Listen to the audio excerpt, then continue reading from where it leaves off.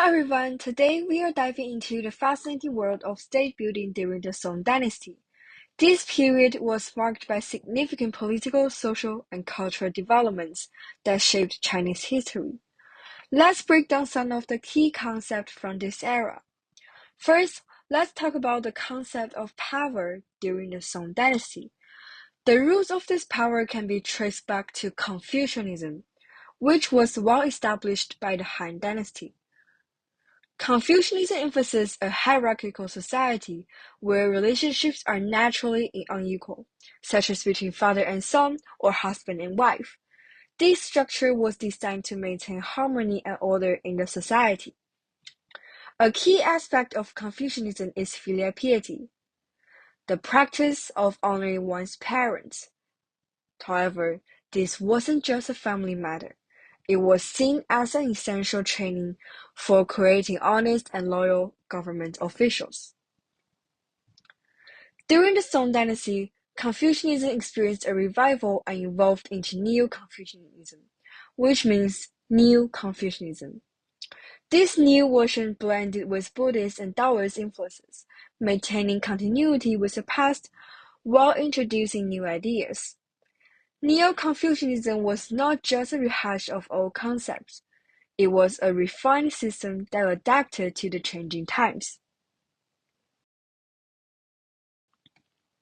However, life in the Song Dynasty wasn't equal for everyone. Women, in particular, faced heavy restrictions. One of the most notable practices was foot binding. This painful tradition involved tightly wrapping women's feet to prevent growth.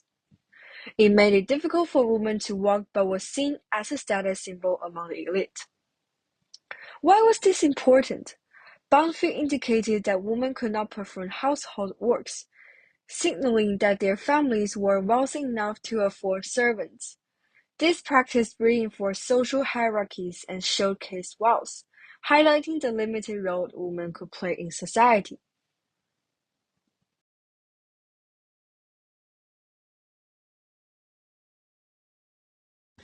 Now, let's move on to the imperial bureaucracy.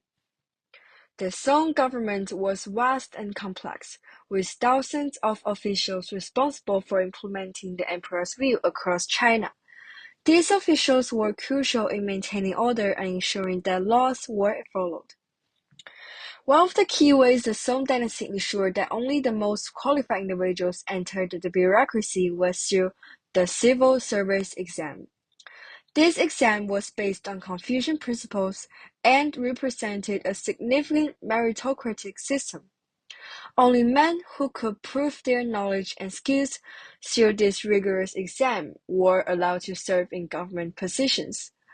This system helped maintain the values of the empire and increase governmental efficiency.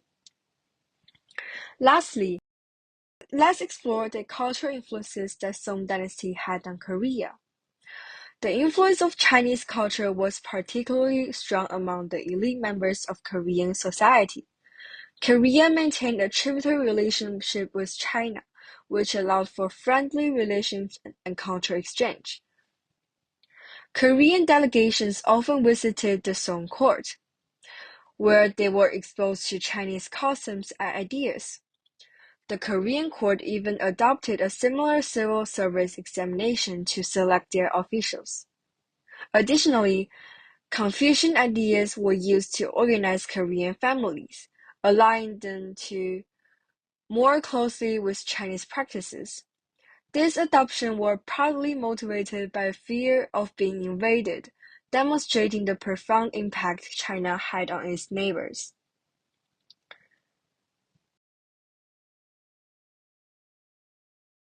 Then let's look at Japan.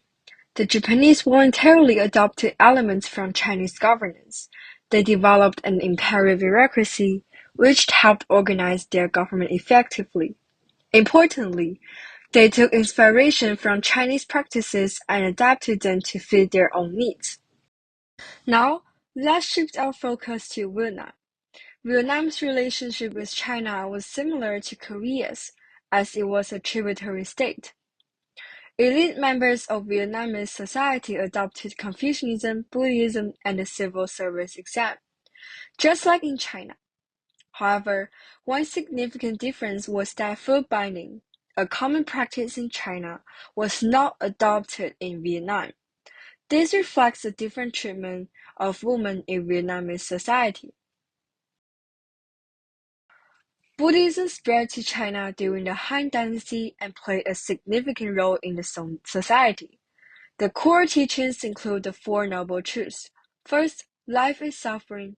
Second, suffering is caused by cravings. Third, we can end sufferings by seizing these cravings. And fourth, the Eightfold Path leads to cessation of suffering.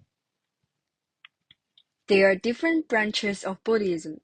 Theravada Buddhism was more exclusive, while Mahayana Buddhism was more accessible, allowing more people to engage with its teachings. This branch even elevated Buddha to a godlike status. Now let's discuss the economy. Wealth in China began to grow during the Tang Dynasty. People produced more goods than they needed for survival and began to sell the surplus in trade. The introduction of paper money and credit helped commercialize the economy. Additionally, advancements in iron and steel production supported large-scale manufacturing, providing materials for trade and agricultural tools. Innovations like champa rice from Vietnam also contributed to agricultural growth, since it harvests twice a year and caused a really huge population explosion. Moreover, transportation also contributed to the commercialization. The Grand Canal made the trade much more cheaper than before, and the innovation of compass improved navigation, and the new ship called junks made more trade in the region. In summary, the cultural exchange between Japan and Vietnam with China highlight the complexities of adaptation and influence in East Asia. Each region took what was useful and shaped it to fit their own context. Thank you for joining me today, and I hope this lesson will help you on your AP World History class.